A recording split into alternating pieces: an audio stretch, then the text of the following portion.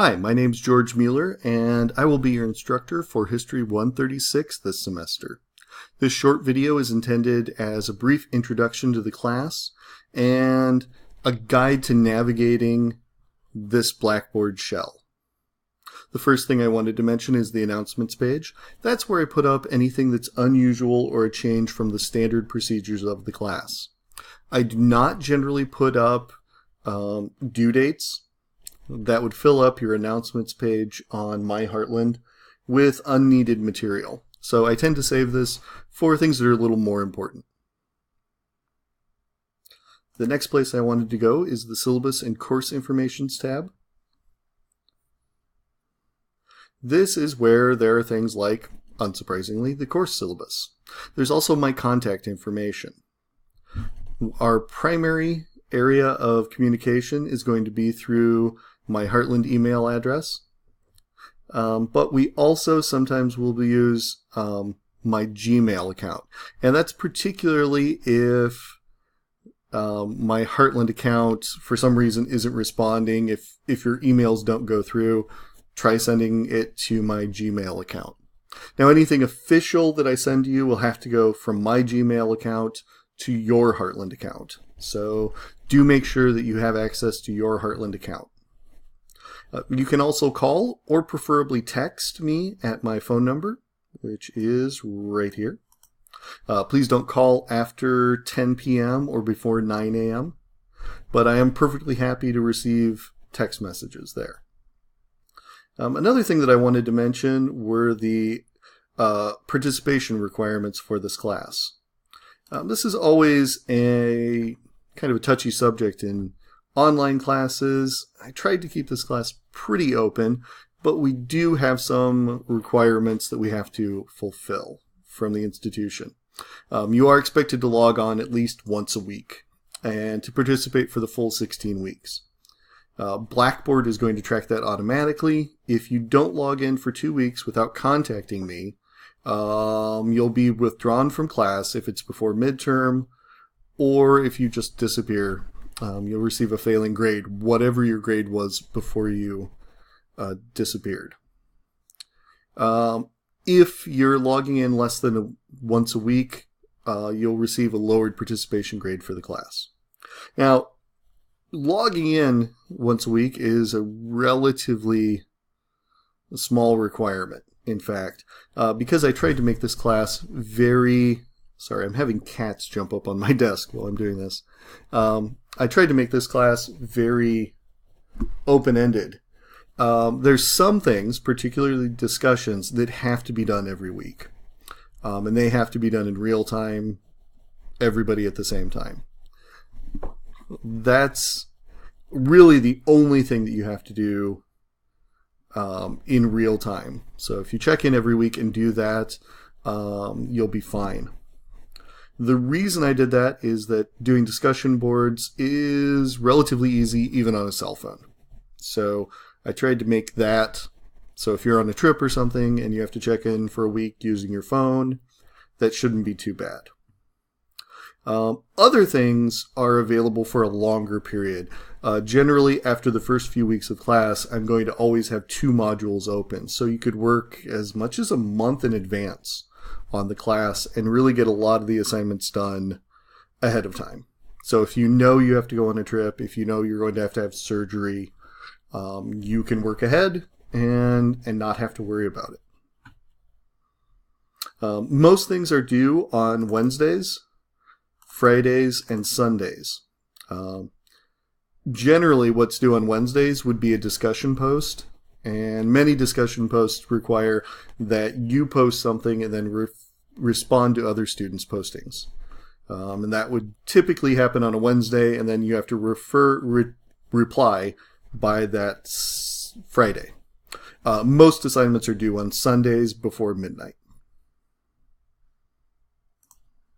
So, back into Blackboard.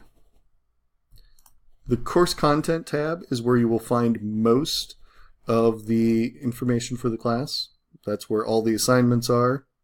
This class is divided into several modules. Each 4-week period of the class is a module, so there's 4 standard modules. There's also an introduction module, which has a couple of relatively simple introductory pieces of information and introductory activities. Then we have module 1, 2, 3, and 4, which aren't available yet, and a research project module, which you can't see yet. But that's where we'll be working on the research module. It will run concurrently with the other assignments. Let's go into module 1 and see what's there. Oh, by the way, the due dates for assignments will show up on the cover page for the module. Right now I only have the first week up, but others will appear as the class progresses.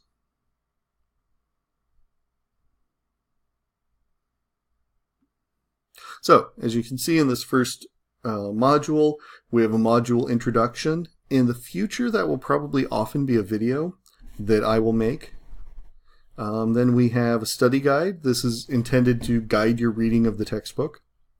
Then there's a reading quiz. You usually should take these before you do the other assignments for the week. And there's generally a reading quiz every week. Then there's a reconstruction video viewing guide.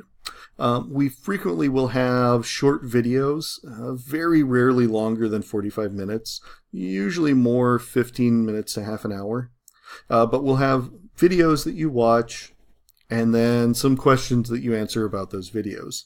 Now, many of the videos, including this one, are available through Heartland's library. And to get to the library videos, I generally have a link in there, but honestly, on many people's computers, the links don't work.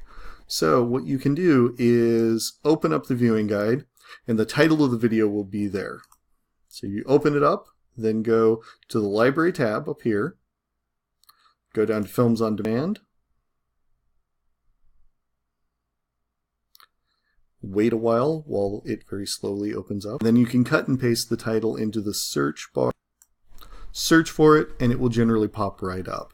If you have any problem, feel free to give me a call or send me a text, and I can help you out with that more. Or if several people have an issue with that, I'll make a video. For this first, we're going to ask you a few questions about the experience of taking the quiz. I'm thinking about making some changes to the quizzes for the future. We'll see how you think the first one went and whether or not those changes need to be made. Many weeks will also have a document exercise assigned. This is generally a primary document that you'll read and have a few questions to respond to. Both the viewing guides and the document exercises expect that you download the file. And I always put them up as Word files. If you download them, you should be able to then type your responses directly onto the file, save it, and then submit the entire thing as your response. That makes it nice and easy for me to grade and makes it relatively easy for you guys too, I'm hoping. One other thing I wanted to mention is that there are some other discussion boards available. Some discussion boards are assigned and have points associated. Some, like this class questions forum, are a place for you to ask questions about the class. If you're having trouble opening files, you can ask a question there, and either I'll answer it for you, or quite likely other students will answer the question for you. And we have a couple of discussions available already. A get to know you discussion and what you would like to get out of this class discussion. And then the quiz discussion board is available. We'll have lots more discussion boards before the end of the semester.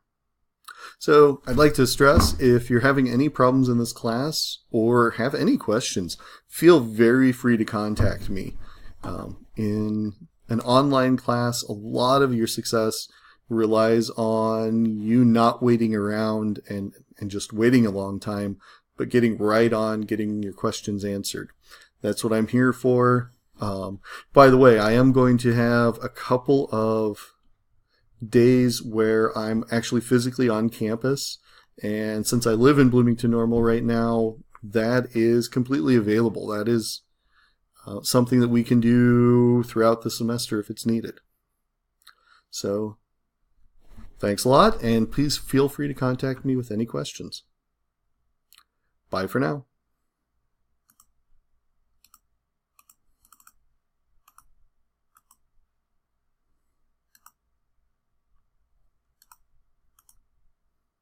Or maybe not.